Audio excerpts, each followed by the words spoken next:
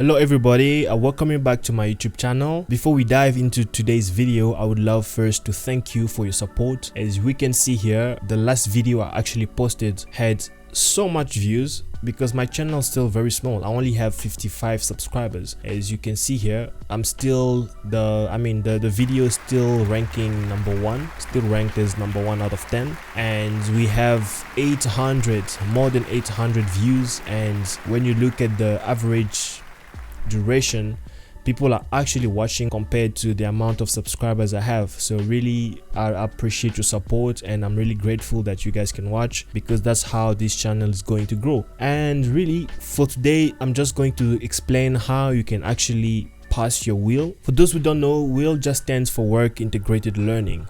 So basically, all that will happen here is you will start demonstrating everything that you have learned from your first year up to today. So I came up with the idea to just make a video because somebody really asked me, genuinely they wanted to know how easy is it and how actually they can score more marks, if I can put it that way. I'm part of one of the group that actually did best, if not the best actually, and I'm really glad that the person asked me, because me answering through this video can actually help other people as well to do the same or to even do better. So what's happening with the WIL project is that you are just going to demonstrate everything that you have learned from your first year up to today. So when I say that, I have divided into two parts. So you have the part that speaks about software engineering, and then this is as my first part, and then the second part is gonna be the software development side of things, which is just implementation. But before we get there, so with your WIL, you're gonna present your project into 3 or 4 steps. So it just depends on how the lecturers they have organized themselves. So for us, instead of doing the 4 steps, we did 3. So on the first step, what happens is, if I can really remember, it's gonna really be related to the software engineering side. The first thing is you must be able to build a PRD. So what is a PRD? A PRD is what you call the project's requirement documents. Trust me, everything starts from here, and you're gonna carry them to the implementation side. Okay, this is just gonna be the code. So here you have to demonstrate how well do you understand your project. And speaking about the project, previously what used to happen is, okay, what happens before us was people had to choose project depending on what they felt like was a need. Some people built things like a management system for a coffee shop, or like it's whatever you felt like building. You had the privilege to choose yourself as a group. And then for us, they gave us a list of things from the government. So the government had few issues. I think they had 6, and out of the 6 you choose one, and then that's what you're gonna be working with. The project we chose was it was an employee verification system.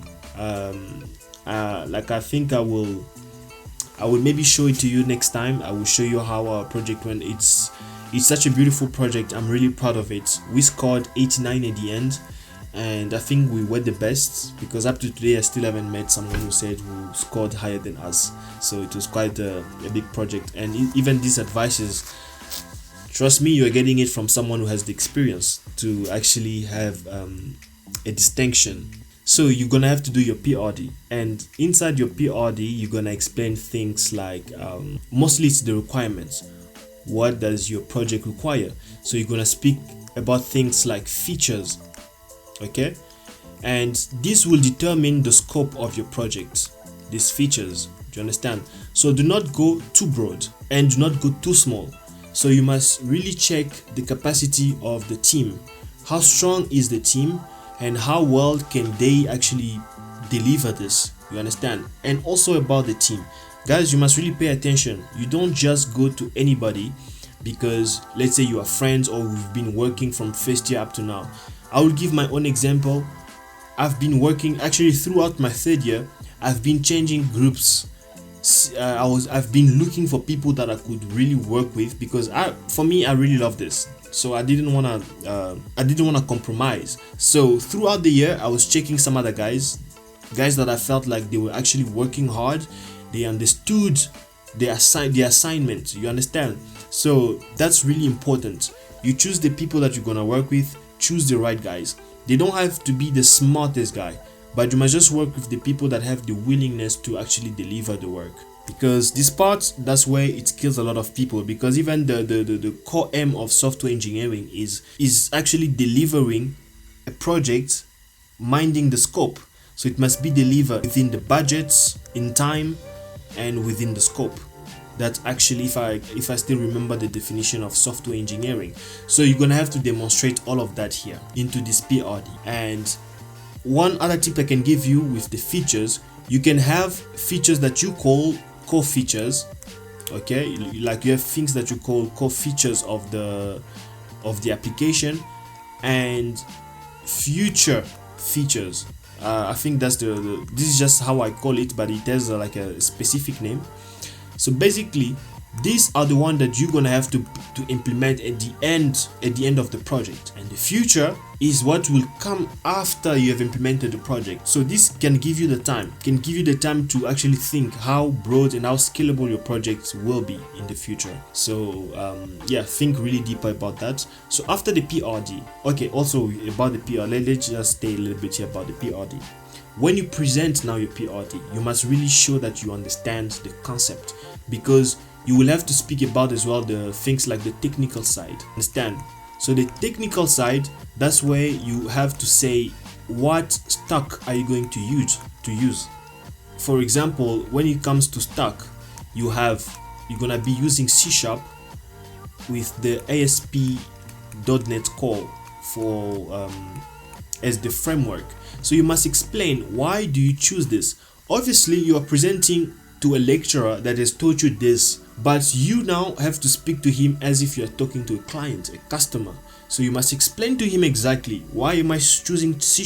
And for me, I was the one who spoke about the technical side, so I had to explain and say we are choosing C# for the web application because C# is fast, is very robust, and we are actually hoping to scale our app in the future. And ASP.NET Core is a very modern framework, so you can really you can actually even Google and find out why people choose ASP.NET Core. Especially nowadays in the industry, it's mostly Java and C# for enterprise level stuff. So we were thinking like that, so that's how we had to present the project. And we had to explain why are we using Flutter. So we had to explain because Flutter is a cross-platform system, framework. You can use it on iOS, you can use it on Android, even other other operating system like Windows, Linux, Mac OS. So you explain why you are using Flutter. So you're not telling them we're using Flutter because we know how to use it. That's the only thing we know how to use. No, you explain to them as if you're explaining to a customer. And for us, it was even really interesting because we had real clients. As I said here at the beginning, when we were choosing our projects, these were actually real situations. So we had to speak to government people. They were sitting there. We had to explain to them all of this. So from the phase 1, you have to explain this well. And for us, it was so good. We nailed it. We scored, I think, 97%, 97 or 98. I can't remember, but it was around there, which was really good and quite impressive. The way also you stand in front of the lecturer, the confidence that you reflect, and the way you guys look is really important. You can't go there with like shorts and we never actually had t-shirts. Like we were dressing formal or semi-formal, and it really helped. We were like uniform, same colors, it was quite interesting. That was actually one of our secrets. Like even the way we present, the way we look, everything was good. And yeah, you're gonna be talking about the technical side. That's really important. You must explain why you are choosing that and why you are choosing. We chose Firebase. We were forced to use Firebase because that was the only thing we've learned. But I think for some other guys, they will be using Superbase. So you explain why are you going for Superbase, And the way I explained this was, well, we want to have a central database and we want it to be hosted online because we don't have the capacity to have our personal servers. We want to have a centralized database. So you explain all of that. So basically, these are concepts that we've learned into data in modules like database. Why do you have Do you have a database hosted into the cloud? You know, things like that. So you explain it. The better you explain, the more marks you have. And then what else do you do in your PRD? Yeah, okay, after the PRD, I think it's still, yeah, actually it's still part of the PRD. You're gonna have to also add the how do you call this, you're gonna have to add the ERD. Okay, the ERD as well, very important. You're gonna really reflect the database on the paper. So you're gonna speak about your entities, you're gonna design all those things, your entities. Like, you must really remember how those things work. You must choose you know, I hope you still remember how to do all of these things, you know, when you have that. And yeah, it's been quite a while, but you must be able to show all of those diagrams, basically the ERD. And after the ERD, you must be able as well, let me change the color, you must be able to display as well your UML as well. Are more or less the same. Like you have your class here, and then you have your method, your properties. Actually, method are down here, and you do that. So they will also mark you based on that. And there is one important part. Actually, these two come actually at the end, because after all this, you know, after talking about the technical side of things, you have the use case. Guys, this is the part that's gonna give you a headache, because these are things that you've learned in second year, first semester. So after that, probably you've forgotten already. So you're gonna have to think on how to create use case diagrams. For us, we had to spend like 2 weeks, 2 to 3 weeks actually. We were doing back and forth with our mentor, because he didn't like the way we were doing it. So he had to correct us all the time. And one thing is, they will allocate to you mentors, right? You must be really humble. Do not go to your mentor as if you know things. You want to show him, you know, that you are very smart. No, go there with a very humble spirit. If you don't know something, ask him. Do you understand? And also feel free to go to other mentors, because that's actually what helped us. We had Dr. Mabanda as our main mentor, but at some point we also went to Miss Mele, we went to us. You can even go to any other lecturer that you feel like they can actually help you on this specific topic. And that's the best way to actually score marks. And that's actually how we handled it. When they are shouting at you, they are saying you did it wrong, just be humble, listen, and, you know, go and work again until you get it perfectly. Like, be very humble. That's one tip as well I would give to you, especially when you deal with like complicated people. You have to be very humble and be open to learn, because after that, I can really do use cases with all confidence. You understand? Because we had to do a lot of back and forth. And for me, I'm a very technical person. So when you ask me to do all of these things like paperwork and stuff, it really annoys me. But I had to sit down, redo it until we got it right. Unfortunately, these things, sometimes even AI can't get it. Like, you have to go to somebody who has experience, who has done it manually before, and then this is how you can actually pass. And then what else? Yeah, so after the UML, you also have this other part, very important. I will put it in green. It's the UI and the UX. So you must have somebody in your team, or a few people that are really good. They have a really good sight to design things. Obviously nowadays it's much more easier. You have AI and all of that can do it for you. But do not go with AI slop, you know. No, build something that has intention. So if on your UI you have a page that says, here we're gonna have a profile, here we're gonna have a menu, and here we're gonna have a, let's say, a button, a red button, like a red button, it has to be exactly the same. Do you understand? Because they do give you a chance to iterate your project, your PRD. So you will submit for the first time, but you still have a chance to rectify certain things or modify. You understand? But it has to, like, the final project has to be exactly how you described it, or it has even to be better. So if you show them a specific design, in the end they just want to be sure you're gonna deliver. That's how actually you also score higher marks. You understand? And I will explain to you what happened to us, why we kind of went a little bit slower in terms of. So you must really design something very nice, clean. Do not overcrowd your design. Like, make it simple. You're not going there to impress them. You are just going there to demonstrate that you understand what you have learned from your first year. Understand, you're not going there to show how skilled you are and you're just gonna fail, because I've seen people that were very smart but that still failed because they couldn't deliver the way they couldn't deliver what they promised. So go for a very clean design and you are guaranteed to pass. And I think this is quite enough for the software engineering side of things, right? So now let's speak a little bit about the software development side. That's where actually people struggle as well. Honestly, it's SOD, software development. For this part, it's mostly this is where you're gonna start implementing things. You need to know your basic stuff. You need to know how to do your OOP. You need to do your MVC. You need to know how to do your MVVM. You have to know how to do how to work with your cloud. You understand? These are like technical things. You have to know how to work with your database. Okay, you have to know how to do authentication. So basically, these are everything that you've learned from first year to up to now. Unfortunately, certain things you know them in theory, but you're gonna have to implement them on your own. Basically, that's even how it is when it works. Sometimes they will ask you certain things that you don't know, and you still have to go home and figure how to make it work and how to make it happen. Yeah, this is one thing, and this part is very technical, and you really have to know as well things like how are you going to share your code.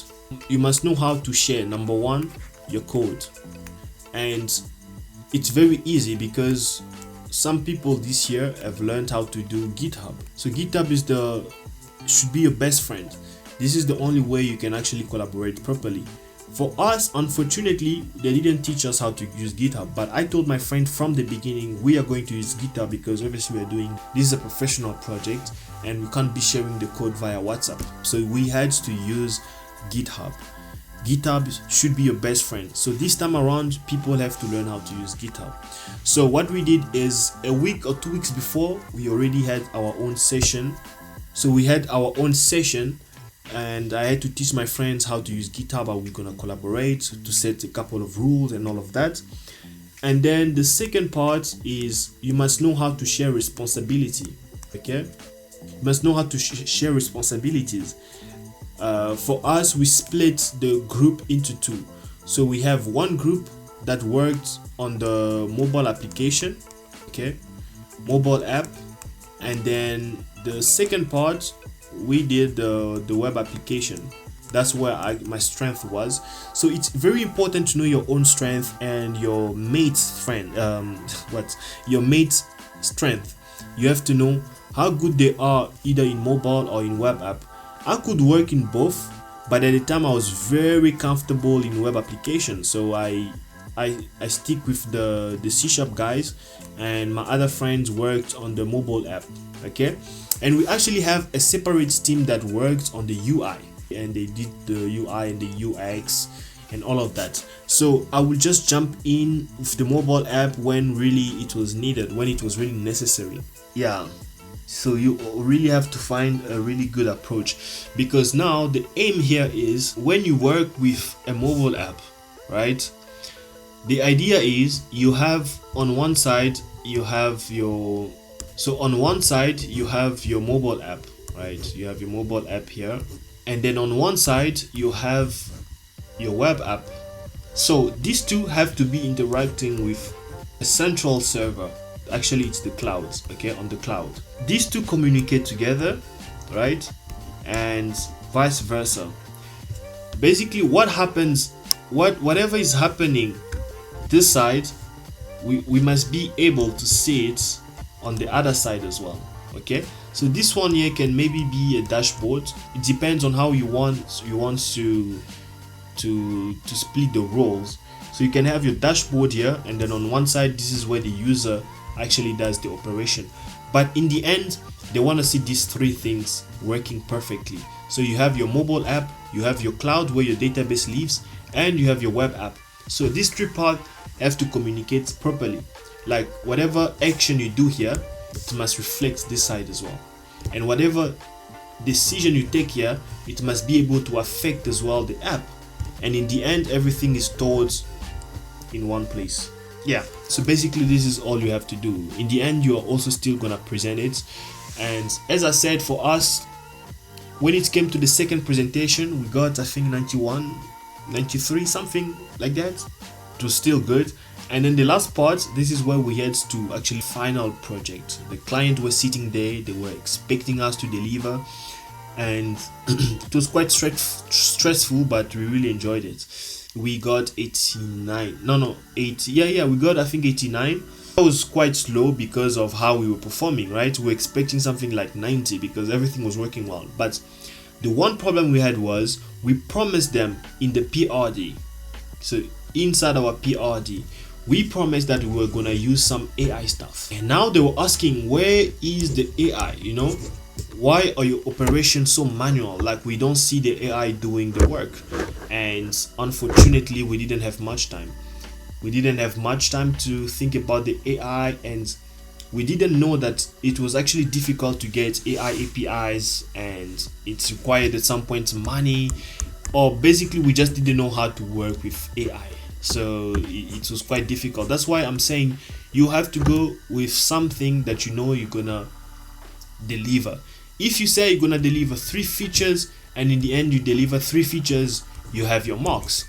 But if you say you have 3 features, in the end you can only deliver 2 marks, that means you are going low. So, you know, like your marks also will depend on that. If you say you're gonna give us an app that has 5 pages, and then in the end we only get 3 that are working well and the other 2 are really crap, then you have, I wouldn't say you have failed, but you will definitely get low marks. That's how it works. Overall, we got 85 for the whole semester. Yeah, 85 or 89 as well. I can't remember, because also each phase has its own percentage, you know, like, so whenever they do the average, it actually affects as well. But it was really good. I think we were still the first because we were really praised. They really loved the project. They enjoyed the way we presented, the way we looked. We didn't just look like we're going to present another assignment, another SOD assignment we had, or SOE assignment. We went there to present a project that we believed that was going to make an impact in the government. You understand? So I'm really proud of that project, and that's how well it went for us. And I really hope as well on your side all these tips can actually help you. So yeah, this is for today. I'm really sorry for the sound. I used to have my whole system working perfectly, but it's been a minute now that I've been having challenges. So and I hope I've been able to help you visually with all of these things. Yeah, I really hope to see you next time, and I really hope this content will help you. And if you really do love this type of content, do not forget to subscribe. And again, thank you for the support. And if you have more questions, do not forget to put them in the comment section, and I will gladly make a video about it. I really hope to see you next time.